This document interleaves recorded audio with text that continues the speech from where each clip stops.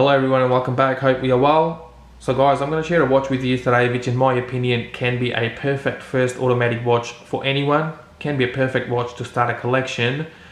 But again, before we start with the video, if you like this channel and like my reviews, please subscribe to the channel, hit the like button, leave a comment and help in keeping this channel alive on YouTube. So guys, I am talking about this beautiful Seiko 5. For me personally, this has to be one of the best dials that I've ever come across. I love what Seiko has done with this dial, which we will talk about soon, but let's kick it off with the dimensions. We have a case that measures at 38 millimeters across. The lug-to-lug distance is 45.5 millimeters. The case thickness is 10.5 millimeters, including that bump on the case back, but still really slim. The lug width is 18 millimeters on this watch. So really nice option for people with smaller size wrists. Not saying that it's not going to look great on larger wrists, but if you have a small wrist, make sure you check out this this watch or a watch from this collection from Seiko. The whole watch is made out of stainless steel, including this bracelet and the case itself. The case has a combination of brushed and polished finish to it, as you can see on the top of the bezel. This is a fixed bezel. We have a highly polished finish to this bezel. As we move down to the top of the lugs, it changes into a brushed finish, and then as we move down to the side of the case, and that combination of polished and brushed follows through to the side of the case as well, with the edges being highly polished, and then it finishes off with a fine brushed finish to the case at the bottom. A really nice looking case. The finishing is really nice, especially in this price range. I paid 130 Australian dollars for this watch, and I checked out today, this watch was still advertised for around 90 US dollars on Joma Shop. So fairly inexpensive, but one thing I must say about this watch is that it looks way more expensive than what it actually costs, and that mainly comes down to the way this watch looks. So as I said earlier, I love the way this dial is presented by Seiko. I was a bit skeptical, to be honest with you, while purchasing this watch. I wasn't too sure how this grey and gold tone hands and indices and all those things will sort of look in reality. The photos looked great, but the photos can be deceiving sometimes as well. But I'm so glad that I did make this purchase, because this grey and gold is looking absolutely fantastic. Those gold tone indices are applied on the dial, and that gold tone follows through to the hands, and that gold tone frame around the day and date complication as well. There is some pattern on this dial. As you can see, we have those vertical lines around the outer part of the dial. The center of the dial is finished in a sunburst effect. So the whole dial is just absolutely fantastic. I love the way this is all put together by Seiko, and then that Seiko and logo 5 is not printed but applied on the dial in the same sort of gold tone finish as well. So a really nice looking watch for $90 US or 130 Australian dollars. You definitely can't go wrong with this watch. We do have a minute track that runs around the chapter ring, and then we have the day and date complication at 3 o'clock with a crown at 4 o'clock in a typical Seiko 5 fashion.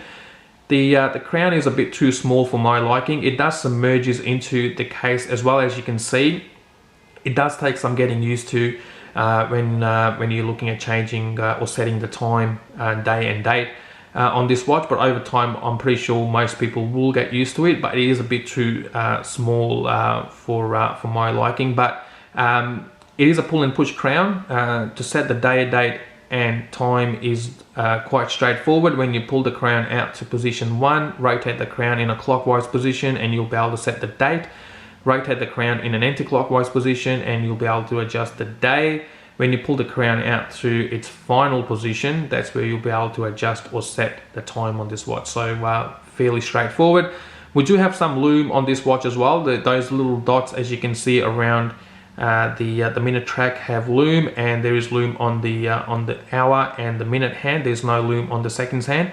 While we are at it, let's do a quick lume check. Let me just kill the lights in the room. To be honest with you, the quality of the lume is not great on this watch. Let me up front there. So here we go. There is definitely lume on the watch, but yeah, as I said, it is not the best of looms. The strength is not that great. The lume is stronger on the hands than on those little dots around the minute track. There's no lume on the seconds hand, as I said earlier, so you can't see where the seconds hand is. In a scenario like this, I'll say it is better to have something than nothing, and it is not really critical for me personally to have a strong lume on a watch like this anyway. But yeah, it is definitely there. And the lume on the 12 o'clock marker is slightly off as well, as you can see. So yeah, so that's the lume, guys. Let me just turn the lights back on so we can carry on with the rest of our review.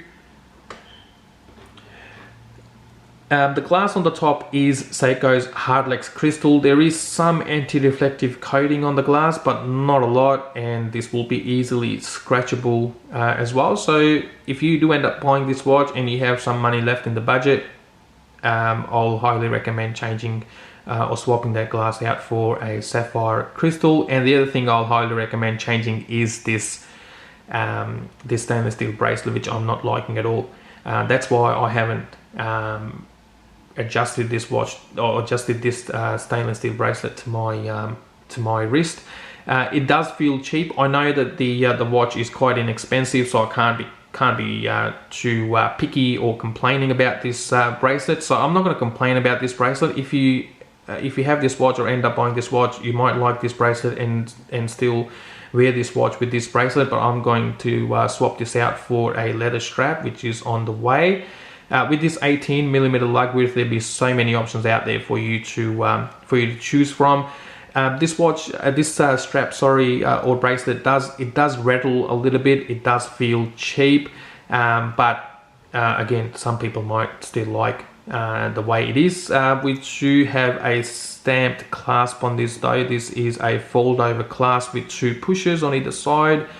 So again, fairly basic, nothing too fancy about this bracelet. And the other thing I noticed is that it does pull some hair as well. So I was wearing this watch yesterday, and it does definitely pull some hair. The movement in this watch is Seiko's 7S26 automatic movement. I do have a Seiko watch with this movement, which is my Seiko SKX, and that is averaging about +4 seconds per day. If this watch turns out to be anywhere closer to that, I'll be really happy. But with this movement, 21,600 beats per hour, offers around 41 hours of power reserve, does not hack or hand wind. This is one of the older movements that Seiko doesn't really use anymore. So that's the Seiko's automatic movement in there. 30 meters of water resistance. That's the minimum you will want in your watch. So if I were you, I'll keep this watch away from water as much as possible. So no water activities at all with this watch. Let me give you a quick wrist shot. I've got a 7-inch wrist. Let me show you how it stacks up on my wrist. It is not adjusted. The bracelet is not adjusted to my wrist at the moment, but let me just adjust it to show you how it looks. So here we go. So as I said earlier, a great option for people with smaller size wrists with 45.5mm lug-to-lug distance. Most people will be able to pull this watch off really well, and 38mm lug, sorry, not lug, but the case size is again really reasonable. A decent looking option for you to choose. And again, it looks absolutely fantastic. It looks even great out in the natural light. So thank you guys. Thank you very much for watching. This concludes our review of this Seiko. A brilliant option for not a lot of money. Thank you very much for watching. I'll see you with my next video shortly. Until then, stay safe and look after one another. Thank you.